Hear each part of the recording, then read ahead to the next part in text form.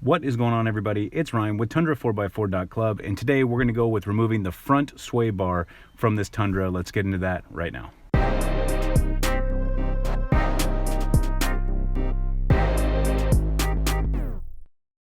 If this is your first time here, I'd like to say welcome. Thank you for stopping by. Thank you for watching this video. Don't forget to hit subscribe down below. Hit that bell icon so you know every single time we do a video. So let's talk about the sway bar.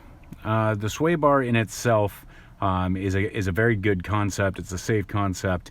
One of the things that it does, though, is it limits your suspension of travel when you're off-roading. This Tundra is predominantly built for off-road, even though it's a daily driver.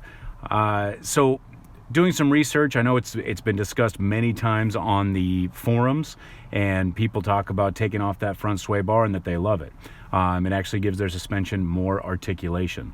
So what happens, just so you can see, what happens with your two tires here and your suspension, the way that it's operating, that front sway bar is actually going to prevent your maximum travel, I would say, and compression.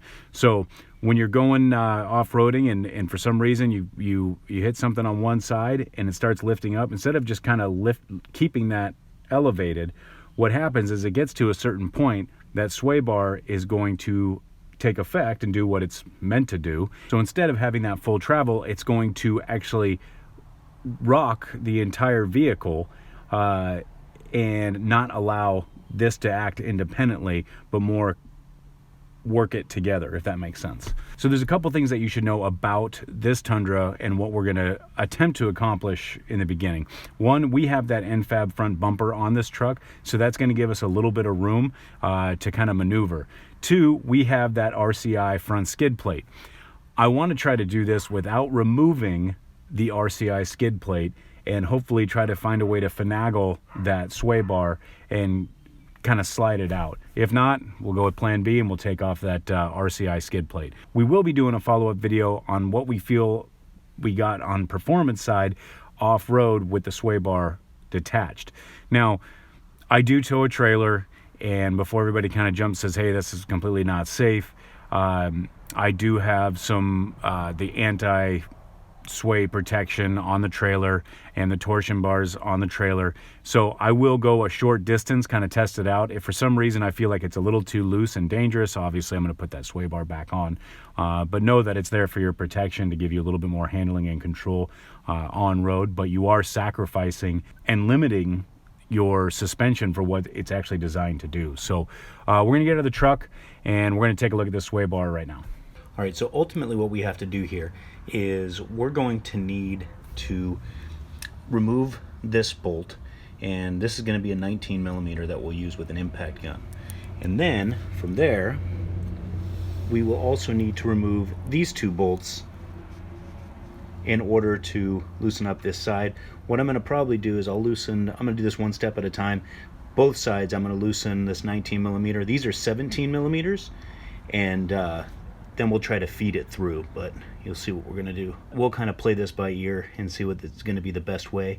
Like I said, with the N-Fab bumper, we have a little bit more room to try to slide this thing out. I'm just hoping that we do not have to take off that RCI front skid plate.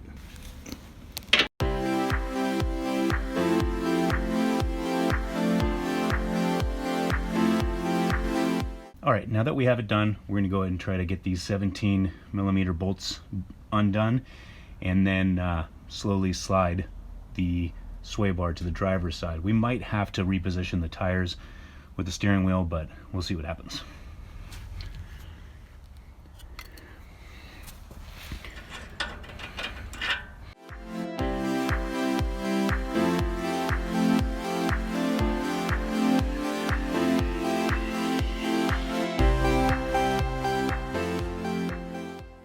All right, the easy part is done. Now we need to see if we can slowly guide this thing out.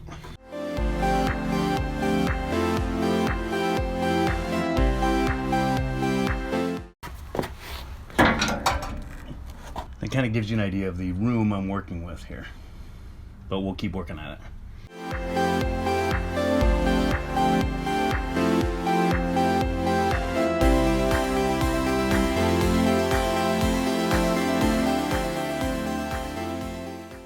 All right, kind of as expected, we're gonna have to turn the tires a little bit, see if we can get us some more room. So we're gonna do that now.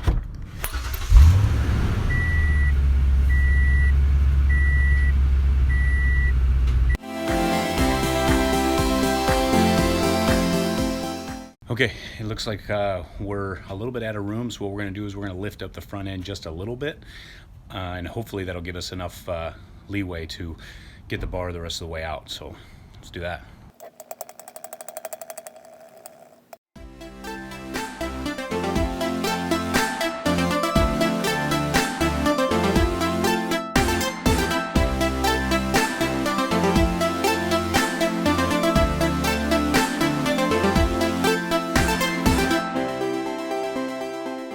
Okay, so it's off the truck.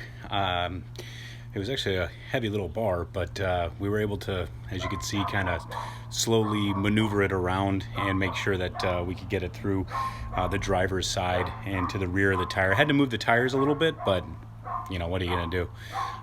Next thing to do is gonna be take it for a test drive on road just to see if it feels too sloppy. And then obviously we'll have to create another video for the next time we go out for the off-road portion to see what kind of performance we get. But that's going to do it as far as removing the sway bar.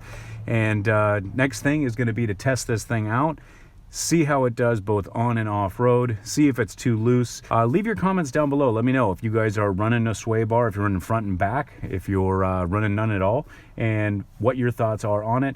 As always, please like the video and leave a comment down below whether you liked it, you didn't like it, what you would like to see. I enjoy all the feedback, guys, positive and negative. Anything I can do to bring better content to you is obviously my goal. But until next time, we'll catch you on the back roads.